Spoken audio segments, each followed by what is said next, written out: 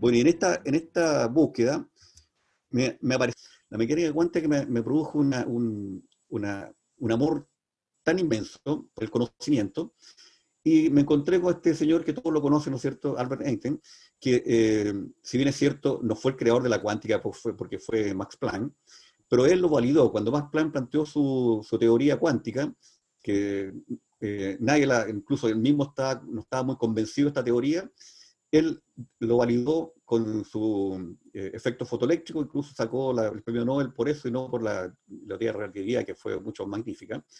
Esto me dio mucho que pensar, frases como esta, que dice que Dios está detrás de cada cosa que el ser humano descubre. Porque siempre decía que este personaje está muy por encima de lo humano. Incluso después dijo que la mente humana, no importa lo altamente preparado que esté, es incapaz de aprender el universo. Incluso continuaba aquí diciendo que, que los...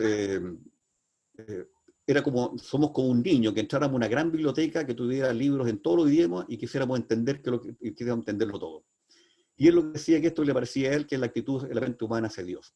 Entonces, si un personaje como este habla así, me produjo la inquietud, mientras estudiaba la cuántica, de ver este tema de Dios. Pero el tema fue que no me anduve perdiendo en ese espacio. Encontré que todo era un problema de conciencia y que todo esto derivaba de nuestra conciencia respecto de creer o no creer. Y además encontré que también la conciencia tiene una explicación cuántica que es distinta a la que todos manifiestan, porque ya hace mucho tiempo los neurocientíficos y los científicos dicen que ya la conciencia tendría que tener una explicación cuántica, porque físicamente y neurológicamente no la tiene.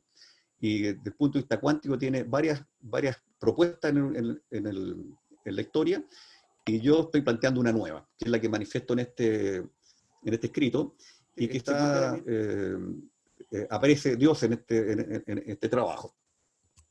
Bueno, la Biblia dice también que nada nuevo hay bajo el sol. O sea, yo lo que no estoy describiendo en todos estos libros que escribí, en realidad no es nada inventado por mí. Está todo escrito, está todo dicho.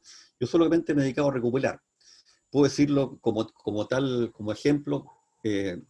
Einstein de verdad no descubrió lo que hizo, sino que logró reunir toda la información que estaba dispersa de muchos científicos, y que creo que es el gran problema que ha tenido la ciencia actualmente, que estamos todos tan dispersos, unos se dedican a la biología, otros dedican a la física, y probablemente justamente en este espacio, si pudiéramos juntar estas ciencias, podríamos descubrir muchas más cosas que las que estamos ahora, porque cada uno está disperso en su especialidad. Y, y por eso estoy diciendo que lo que estoy planteando es reunir información que, aparte de la biología, me dedicar mucho a la cuántica, y me abrió un espacio increíble que voy a tratar de compartir aquí de alguna forma. Bueno, la conciencia, todos nos hemos preguntado esto: ¿qué es la conciencia? Todos los libros que he investigado, todos reconocen que nadie sabe lo que es. ¿Dónde está ubicada? Parece que está ubicada en el cerebro, pero en todo el cerebro. ¿En qué parte de esta? No se sabe dónde está. Ahora, ¿cómo se incorpora? También hay teorías que se dice que se nace con ella, que nace junto con las primeras partículas, las partículas materiales del Big Bang, y que participa en todos los cuerpos vivientes o incluso inanimados algunos, y que se manifiesta depende del cerebro en que se instale. Bueno, pero no hay nada concreto con esto, y esta fue la investigación que hice en mi libro, y creo que encontré un camino para ello.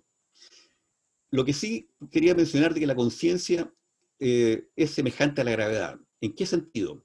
Ambas son absolutamente como inherentes al ser humano. Todos sabemos qué es lo que es conciencia, cuando estamos inconscientes, todos sabemos qué es lo que es eso. Sin embargo, nadie sabe qué es la conciencia. Y todos los libros ponen postulados, pero nadie sabe cómo es. Lo mismo ocurre con la gravedad. Todos la percibimos, todos entendemos qué es lo que es. Incluso Newton lo manifestó, calculó las fuerzas de la gravedad. Sin embargo, Einstein después cambió esto por el sistema que dijo que la gravedad no era una fuerza, sino que es una propiedad del universo, con el espacio-tiempo. Entonces, y actualmente los físicos aún no saben qué es la gravedad. Solamente la perciben, se puede calcular, y estos cálculos que hizo Newton solo sirven para la Tierra. Sin embargo, a nivel del espacio, esta gravedad es absolutamente desconocida. y la conciencia está en el mismo plano, pese a que son perceptibles por todo el mundo, se desconoce qué es lo que exactamente es. Y aquí es un gráfico que en la niñez tenemos una conciencia que se denomina vegetativa y sensorial, que es muy semejante al resto de los animales. Y después se va haciendo abstracta a medida que pasa el tiempo. Y esta se mantiene hasta instancias premortem. Después de muerto, parece que esta conciencia desaparece o no se sabe qué es lo que ocurre después de ello. Hay muchas teorías, pero nada concreto. Lo que sí puedo mencionar, y esto está demostrado, que a medida que pasa el tiempo, lo que ocurre es que el lóbulo frontal, pero estoy indicando el lóbulo frontal que está en negro en la parte anterior, durante los primeros 2 años no existen las conexiones neuronales con el resto del cerebro. Y se supone que el lóbulo frontal es como nuestro director de orquesta, lo mencionaban, porque él es el que controla todo el resto del cerebro. Y esta zona se desarrolla recién a los 2 años, por eso los niños antes de los 2 años no tienen una conciencia abstracta. Y por eso de repente hacen cosas que les resulta incomprensible, que no las entiendan. Pero ese ha sido el gran desarrollo de que cuando después de los 2 años recién establecen la conciencia, recién ahí empieza a establecer un niño, la conciencia se establece durante todo y pareciera que no cambiara durante el resto de la vida. A diferencia de la mente, porque la mente se va desarrollando a la medida que uno va recibiendo información.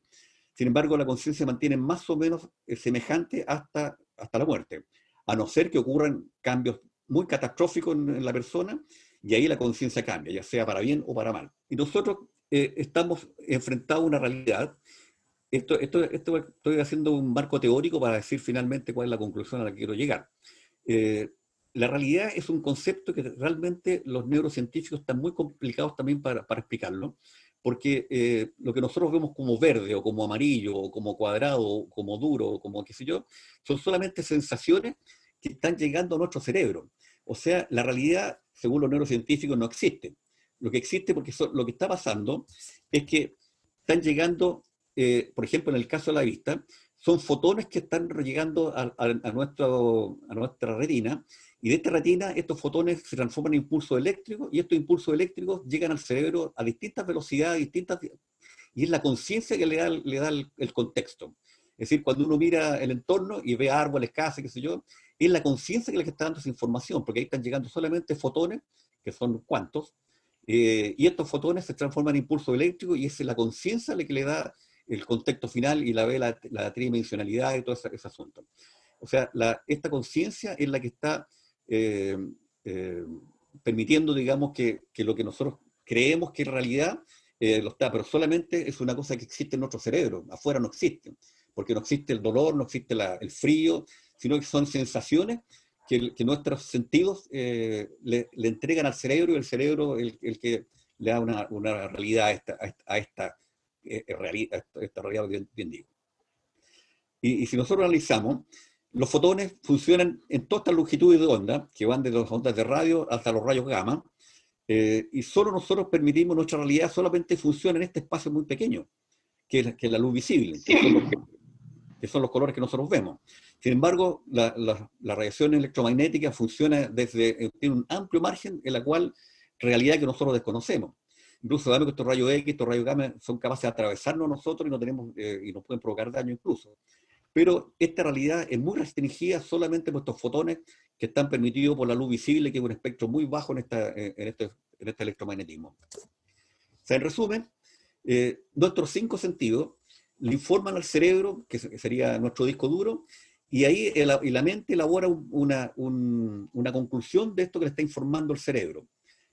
Sin embargo, la conciencia está demostrado que es distinto que la mente. Si bien ciertos átomos son inmateriales, pero la conciencia tiene una respuesta diferente de la mente. La mente es exactamente lo que los 5 sentidos le informan. En cambio, la conciencia, de acuerdo a eso que le informa a la mente, establece nuevas propiedades, digamos. Por ejemplo, es sabido que si alguien comete un delito y lo pilla la policía, el tipo va a mentir, lo va a decir porque la conciencia, como la conciencia nos protege, digamos, lo va a hacer crear un ideario distinto al que realmente la mente le habría dicho. Y y también lo apreciamos cuando vemos, por ejemplo, una película de terror o una muy emocional. Si nosotros estamos con la mente conectados solamente, no vamos a sufrir con esta película de terror o vamos a emocionarnos con esta película emocional. Sin embargo, la conciencia puede retirarse de esta mente y decir, no, estos son actores que están haciendo el papel de malo o el efecto emocional que están provocando. Y no afectarse, digamos, directamente. O sea, pero la mente sí se deja sola, se afecta directamente. Y esto fue demostrado, los alemanes demostraron cuando sacaron el suelo de la verdad, que usaban escopolamina con pentobarbital y se le colocaba a la gente que querían hacerlos hablar, y resulta que a la persona se les bloqueaba la conciencia con esto y los tipos permitían decir lo que ellos querían. Y porque si la conciencia hubiera estado presente, no lo habría permitido hacerlo.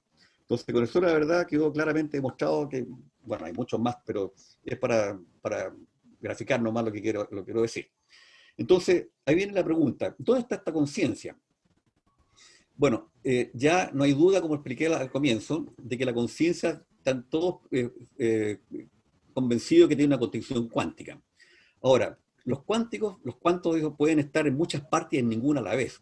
Entonces, esto es una de las cosas que tiene curiosa la cuántica, por eso muy poca gente la entiende, incluso los mismos físicos cuánticos dicen que es incomprensible para ellos, porque tiene muchas cualidades que no pueden ser representadas por la física clásica.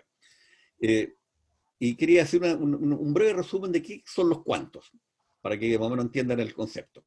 Se define como la mínima magnitud de materia y energía, o sea, esto es lo más pequeño, lo que antiguamente se creía como que era el átomo. Átomo significa sin división. Se sabe ahora que el átomo está compuesto por protones, neutrones y electrones, y a su vez estos están compuestos por cuantos. Aquí traje una imagen de un átomo de helio, que tiene 2 protones y 2 neutrones, y 2 electrones que giran alrededor de él. Ahora, el electrón se considera que es un cuanto, que es casi 2000 veces más pequeño que un neutrón, muy pequeño, y estos protones, estos neutrones están formados por otras partículas cuánticas que se llaman quarks. O sea, todo el universo está formado por quarks y electrones, fundamentalmente casi toda la materia. Bueno, hay otros casos especiales de conformaciones distintas, pero esto confirma casi toda la materia, los cuantos que tenemos aquí.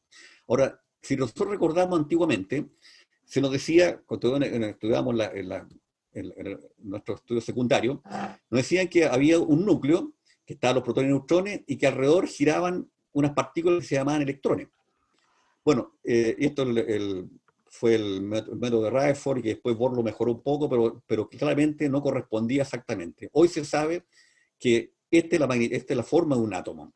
En el núcleo está los protones y neutrones, y por fuera está la nube electrónica, o sea, no son partículas, son, claro, y hay una confusión, porque se dice que son partículas cuánticas, pero las partículas cuánticas no son partículas. Se logró demostrar que las cuantos se pueden comprobar como partículas o como onda. Y hoy en día se sabe que no son ni partículas ni ondas, son una cosa distinta que todavía no tiene explicación. Entonces, esta nube electrónica es la que rodea cada átomo, y no hay posibilidad de saber dónde está el electrón. El electrón no se puede calcular y se puede tener en alguna parte, pero por el instante. Y esta nube electrónica es la que creo que es para entender después lo que quiero explicar con el tema de la conciencia. Para entender un poco más este tema cuántico, sabemos que el universo y el ser humano, y todos los animales, y todo lo material, está influenciado por estas 4 interacciones. A nivel atómico está la interacción nuclear fuerte, que es la que permite que los protones estén unidos en el núcleo, porque todos sabemos que los protones se rechazan por tener una carga positiva. Sin embargo, en un átomo de helio hay 2 protones que están juntos, y estos están dados por una interacción fuerte que se llama por los gluones. Está la interacción nuclear débil, que es la que permite que unos electrones salgan o ingresen a un átomo y se cambien de un átomo a otro. Después, esto es a nivel nuclear, pero a nivel macro tenemos estas 2 interacciones, que es la electromagnética, que es la que influye todo lo que tenga que ver con que tenga electrones o que tenga átomos, y la gravitacional, que también todos sabemos. Estas 4 son las que influyen en todo el universo, Y por supuesto que también tendría que tener una explicación cuántica, porque todos tendrían que tener una partícula mínima que influenciara toda esta cosa, que sería una representación cuántica. Bueno, aquí muy someramente quiero explicar de que se estableció el modelo estándar. El modelo estándar permitió de que esta fuerza nuclear fuerte, el electromagnetismo y la nuclear débil, se encontraran sus bosones, que son el gluón, el fotón, que maneja todo el electromagnetismo, los bosones W y Z, que manejan la nuclear débil.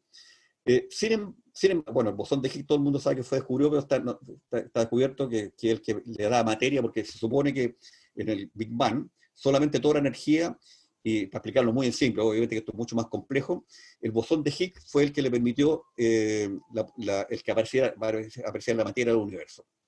Bueno, pero ocurre que este bosón en la gravitación todavía no es descubierto. Se supone que es un gravitón, pero se le puso el nombre, pero nadie lo ha descubierto aún y no se sabe qué es lo que es exactamente.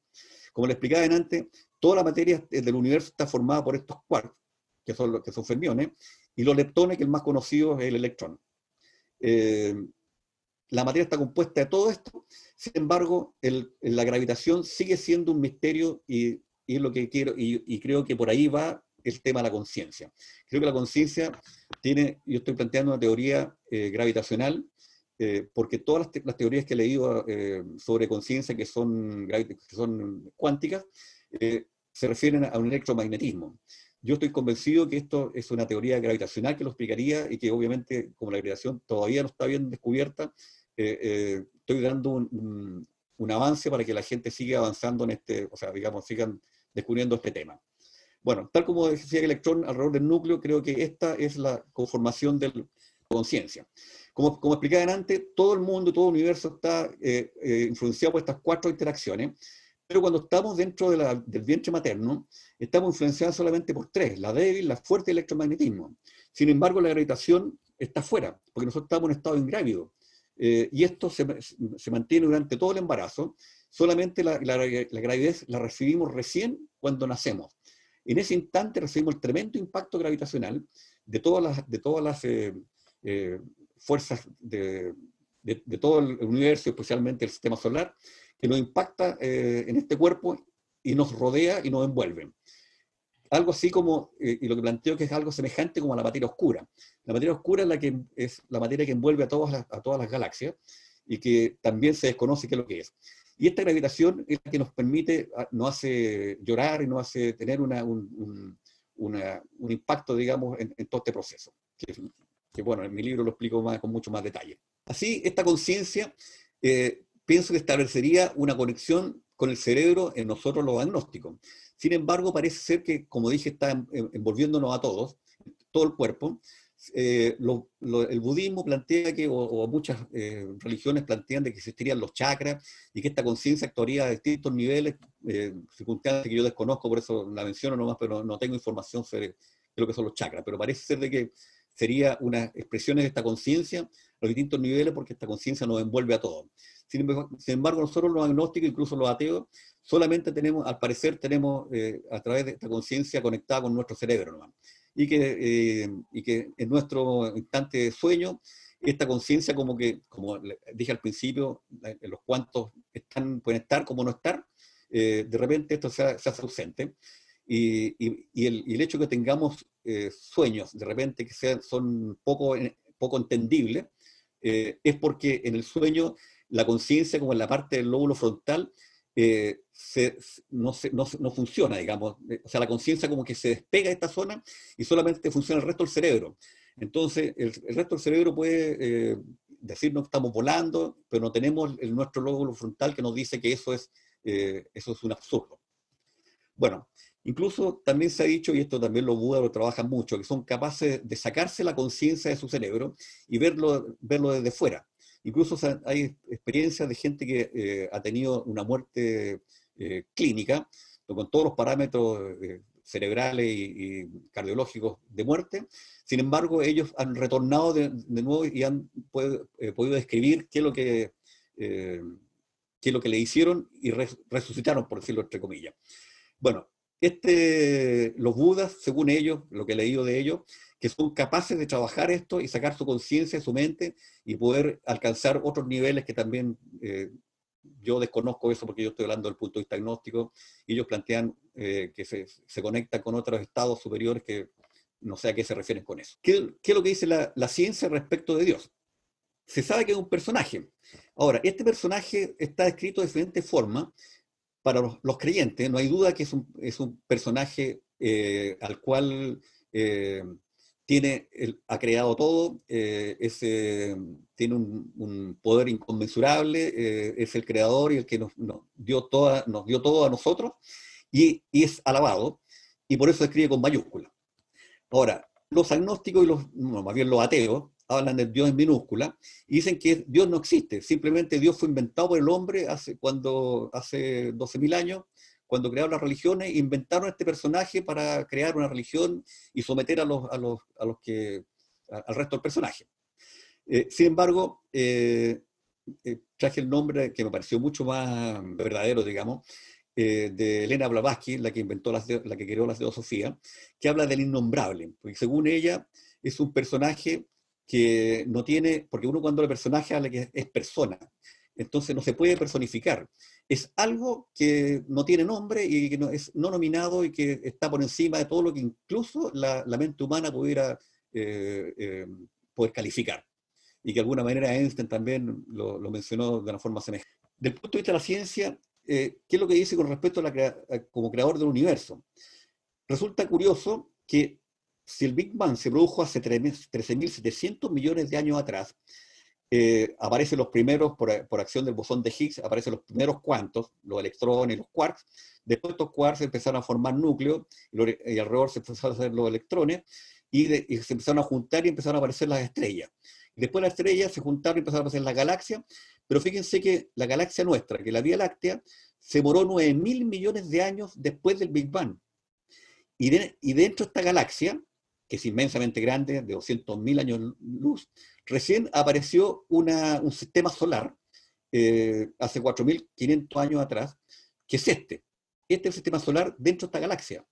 Ahora, galaxias como esta hay billones en el universo. Imagínense el inmenso que hay billones de galaxias que tienen esto. Si dejáramos la velocidad de la luz, ustedes saben que la velocidad de la luz son 300.000 kilómetros por segundo, que en un segundo es capaz de dar 7 vueltas a la Tierra. En cambio, a esa velocidad demoraría 200.000 años recorrerla de un lado a otro. Bueno, y este punto es el sistema solar. Y esa estrella del lado es Alfa Centauro. Para llegar de ahí a allá, viajando a la velocidad de la luz, demoraríamos 3 años y medio. Imagínense la distancia que hay y la cantidad de estrellas que hay. Si nosotros hacemos una comparación de nuestro sistema solar, esta estrella, que es el Sol, comparado con el resto de los planetas, fíjense que es pequeño, o sea, el resto de los planetas es muy pequeño, y esta estrella es pequeña dentro de las tremendas que hay en el universo. Ahora, en este pequeño punto, que es más pequeño que el punto que les mostré de todo el sistema solar, existen 7.500 millones de personas, aparte de la flora y la fauna que la rodea, en este pequeño puntito que es parte de otro puntito de la galaxia y es parte de millones de otras galaxias. Es una cosa que es cuestionable, cómo Dios iba a crear una persona 9.000 millones de años después de haber creado el universo y en un punto tan insignificante que es la Tierra. Ahora, por otra parte, también dice que es creador de la vida. Bueno, aquí viene, esto lo investigué en el primer libro, como decía yo, que era curioso que la primera célula que se creó, que apareció en la Tierra, fue una hipertermófila, porque la Tierra está muy caliente hace 4.500 años atrás. Entonces, 3.800 millones atrás aparece la primera bacteria hipertermófila, y esta permanece hasta la actualidad en los geysers.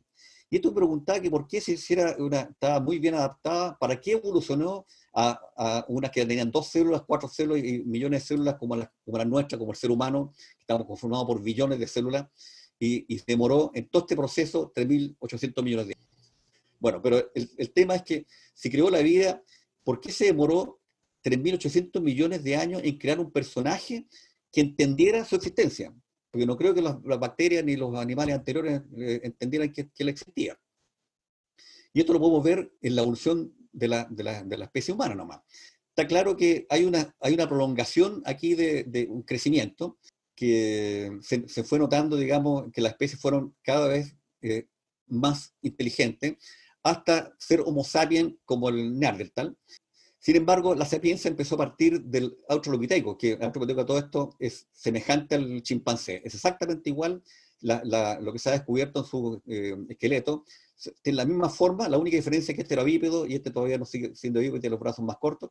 Y aquí tiene un hueso, y no sé si ustedes vieron la película 2001 Odisea del Espacio, donde aparece la imagen de unos australopithecus peleando por el agua, y uno de ellos se dio cuenta que al tomar la fémur pudo atacar al otro y vencerlo, y ahí Stanley Kubrick fue increíble en este mono se sintió inteligente, lanzó esto al espacio, y ahí aparece una nave espacial. O sea, redujo todo este proceso en una imagen. Bueno, lo que resulta curioso en esta evolución son los eslabones perdidos, porque no hay eslabones perdidos entre ellos, son todas especies distintas. Si lo estudian genéticamente, todos tienen un genoma diferente. Sin embargo, si ustedes lo ven, en los tiempos de aparición siempre estuvieron juntos unos con otros. Si este estuvo hasta hace 2 millones atrás, hace 2 millones y medio apareció ya el Homo habilis, que ya está incluyendo instrumentos como puntas de lanza y cosas de ese tipo. Después aparece el Homo erectus, que también se juntó con el Homo habilis, que ya fue el creador del fuego. Aquí existe una curiosidad que lo quiero mencionar con el tema de los cerebros. Resulta que claramente la masa encefálica empezó a aumentar progresivamente.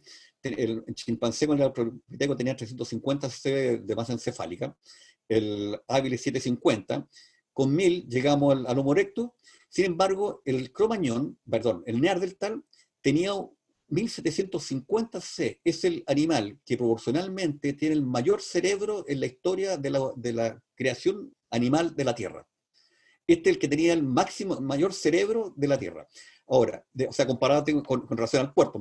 El tema es que este Neandertal, por supuesto, al tener una cabeza tan grande, por supuesto que las mujeres Neandertal cada vez tuvieron más problemas para parir estos tremendos niños, con esa tremenda cabeza, y se supone que fue una de las causas de su extinción, porque cada vez fueron disminuidos, pese a que eran los mejor adaptados, porque toleraban mucho mejor el frío y podían cazar con sus manos porque tenían mucha fuerza.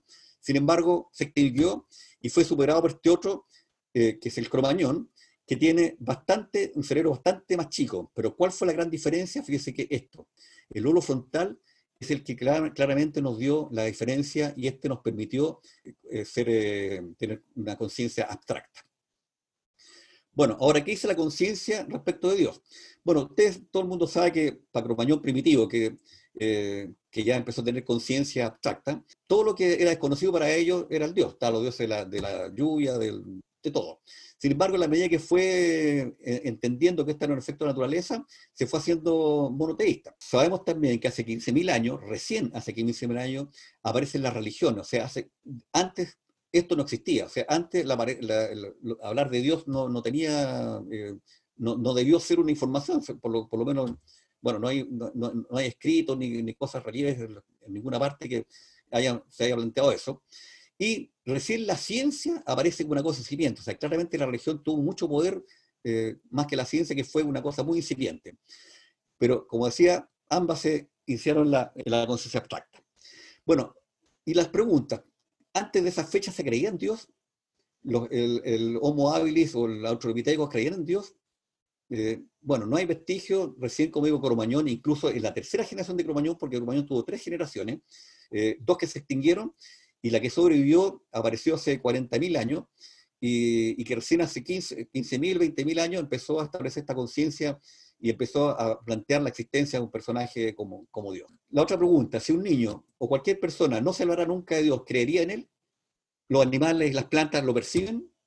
Entonces, todas son preguntas que desde el punto de vista agnóstico nos resulta no tenemos respuesta para esto.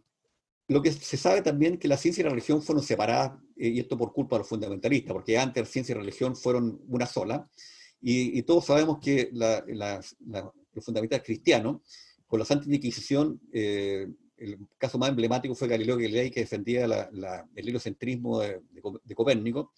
No permitieron, la iglesia no podía permitir de que Dios no haya creado al hombre en un lugar que no fuera el centro del universo. Entonces no podía ser la teoría excéntrica factible. y así como Giordano Bruno y muchos otros fueron quemados por defender esta postura, Galileo Galilei se salvó solamente porque era amigo del Papa, pero igual quedó con arresto domiciliario y fue excomulgado, que afortunadamente el Juan Pablo II lo recanonizó porque dijo que fue una injusticia. La ciencia, los científicos tuvieron que luchar contra esta Santa Inquisición, pero ahora volvieron a otra nueva Inquisición, que era el método científico y el neopositivismo. Que todo lo que estuviera